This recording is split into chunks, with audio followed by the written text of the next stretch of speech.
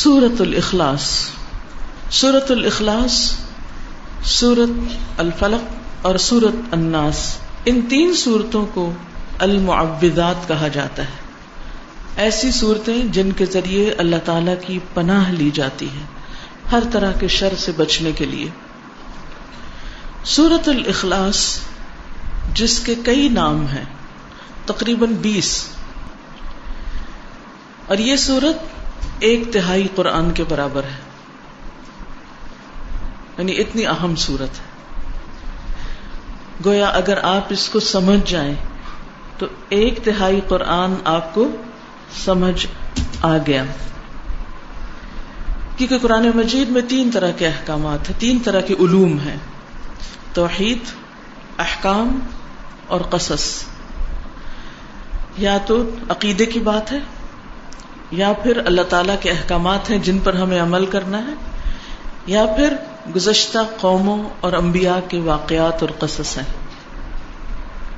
تو اس صورت میں ایمان اور خاص طور پر توحید کی بات ہے. اللہ سبحانہ وتعالی کا تعارف ہے. کچھ لوگ نبی صلی اللہ علیہ وسلم کے پاس آئے اور کہنے لگے کہ آپ ہمیں اپنے رب کا نسب بیان کیجیے. اس پر اللہ سبحانہ وتعالی نے یہ سورت نازل فرما دی: قل هو اللہ احد اللہ الصمد لم یلد ولم یولد ولم یکن لہ کفوا احد. کہ اللہ سبحانہ وتعالی تو ایک ہے، اللہ بے نیاز ہے، اس نے کسی کو جنم نہیں دیا، نہ وہ کسی سے جنم دیا گیا. گویا جس طرح تم اس کو جاننا چاہتے ہو اس کی یہ پہچان نہیں. وہ تو احد ہے، ایک ہے، یکتا ہے، لاثانی ہے، اس جیسا کوئی اور ہے ہی نہیں. اپنی ذات میں، اپنی صفات میں، اپنے ناموں میں، ہر چیز میں کامل، مکمل، پرفیکٹ، ہر عیب سے پاک، ہر شریک سے پاک، ہر مثال سے پاک، بیٹے سے پاک، بیٹیوں سے پاک، بیوی سے پاک، ساتھیوں سے، ہمسر، ہر ایک سے پاک. هو اللہ احد، وہ ایک ہے. اور ولم یکن لہ کفوا احد، اور اس کا کوئی ایک بھی ہمسر نہیں، اس جیسا کوئی ہے ہی نہیں. لیس کمثلہ شیء، کوئی اس کا ہمسر نہیں. تو یہ اللہ سبحانہ وتعالی کا ایک تعارف ہے. اس سورت کی اتنی زیادہ اہمیت ہے کہ نبی صلی اللہ علیہ وسلم اسے صبح فجر کی سنتوں میں سے دوسری رکعت میں پڑھا کرتے تھے، قل یا ایھا الکافرون کے ساتھ. پہلی رکعت میں وہ، دوسری میں یہ. اسی طرح مغرب کی سنتوں میں بھی یہ روٹین تھی آپ کی، ہمیشہ یہی پڑھتے تھے. گویا دن چڑھے بھی اور دن کے غروب ہونے پر کی نمازوں میں سورۃ الاخلاص. اسی طرح وتر کی آخری رکعت میں بھی سورۃ الاخلاص، دوسری رکعت میں قل یا ایھا الکافرون. اور رات کی آخری نماز کیا ہے؟ وتر. رات کی آخری نماز میں، دن کی پہلی نماز میں، سورج غروب ہونے کے ساتھ کی نماز میں، ان سب نمازوں میں. بلکہ 2 صحابہ کے بارے میں آتا ہے کہ وہ تو ہر نماز کی ہر رکعت میں سورۃ الاخلاص پڑھتے تھے. ان کو اتنی زیادہ محبت تھی اس سورت کے ساتھ کہ وہ مستقل طور پر اس کو پڑھتے تھے. اسی طرح ہم دیکھتے ہیں کہ نبی صلی اللہ علیہ وسلم طواف کی 2 رکعتوں میں بھی اس کو پڑھنے کا حکم دیتے ہیں، آخری رکعت میں. پھر ہر نماز کے بعد، یعنی یہ تو تھا نمازوں کے اندر، پھر ہر نماز کے بعد اس کو پڑھنے کی تاکید ہے. اور صرف اس کو نہیں، معوذتین کو بھی، قل هو اللہ احد، قل اعوذ برب الفلق اور قل اعوذ برب الناس. یہ تینوں صورتیں کب پڑھنی چاہیے؟ نماز کے بعد. جیسے آیت الکرسی پڑھی آپ نے، ساتھ ہی یہ تینوں صورتیں بھی پڑھ لیجیے، اس سے بھی اخلاص پیدا ہوتا ہے. اس کی فضیلت، یہ اس کے بارے میں یہ بھی آتا ہے کہ یہ انسان کی بیماریوں کو دور کرنے والی ہے. اب بیماریوں کو کیسے دور کرنے والی؟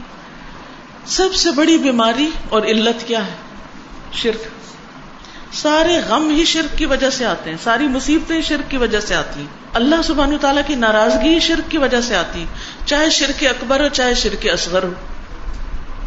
شرک اکبر تو بتوں کو پوجنا، اور شرک اصغر کیا؟ ریاکاری کرنا، دکھاوے کے کام کرنا، اپنے نیک کاموں پہ فخر کرنا، لوگوں کو بتانا کہ میں کیسا کیسا نیک ہوں. تو اس کا علاج کیا ہے کہ انسان قل هو اللہ احد پڑھے. پھر اسی طرح صبح اور شام 3 بار صبح شام کے جو اذکار ہیں، اذکار الصباح والمساء، اس میں 3 بار ان سورتوں کو، تینوں سورتوں کو پڑھنے کا حکم دیا گیا ہے. اور اس سے بھی انسان کو بہت فائدہ ہوتا ہے، ہر طرح کے وسوسوں سے نجات ملتی ہے. پھر اسی طرح رات کو سوتے وقت کس طرح پڑھی جاتی ہے؟ رات کو سوتے وقت 3 دفعہ. مثلا نبی صلی اللہ علیہ وسلم جو طریقہ بتایا وہ کیا ہے؟ ہتھیلیوں کو جوڑ کر اس میں پڑھا جائے قل هو اللہ احد، قل اعوذ برب الفلق، قل اعوذ برب الناس، یعنی مکمل صورتیں. پھر ہاتھ میں پھونک ماری جائے.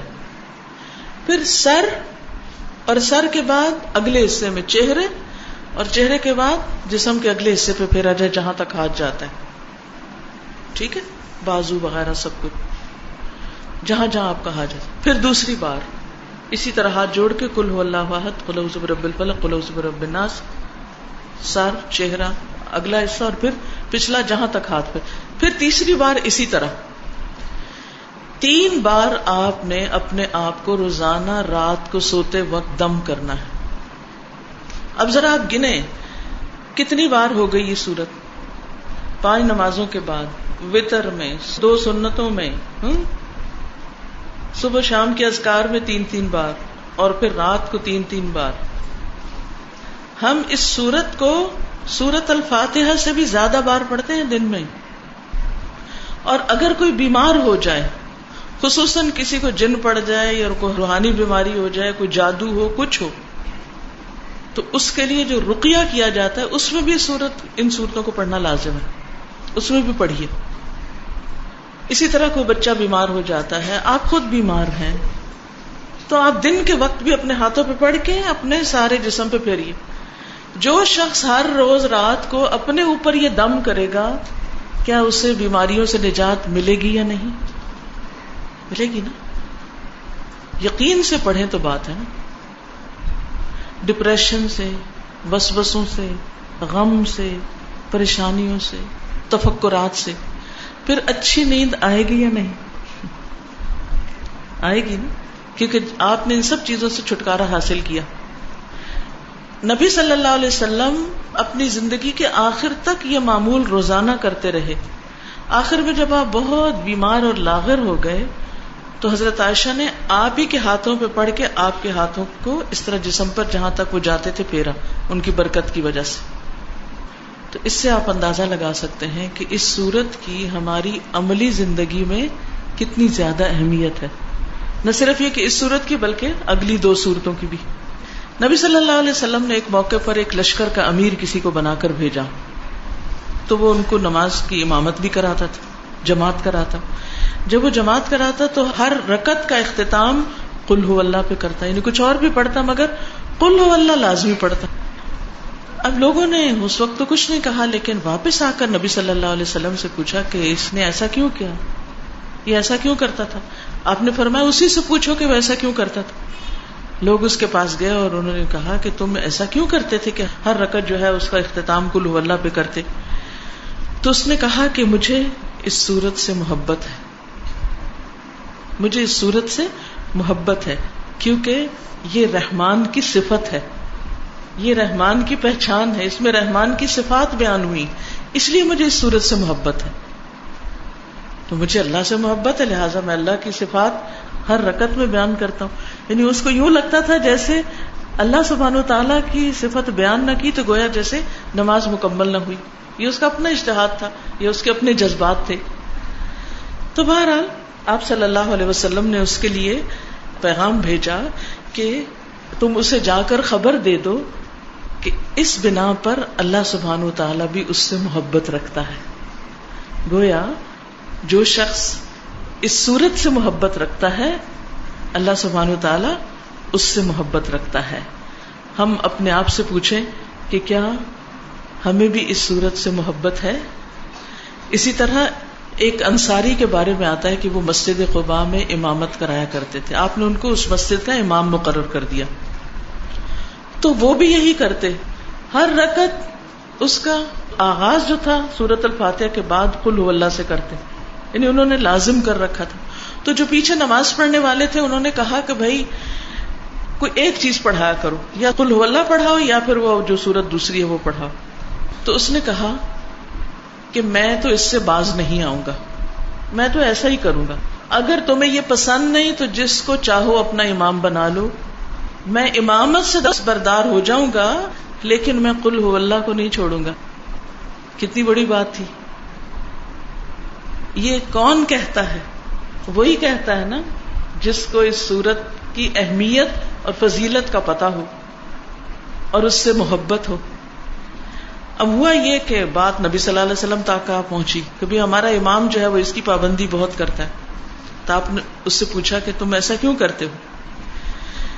اس نے کہا کہ اس لیے کہ مجھے اس سورت سے محبت ہے.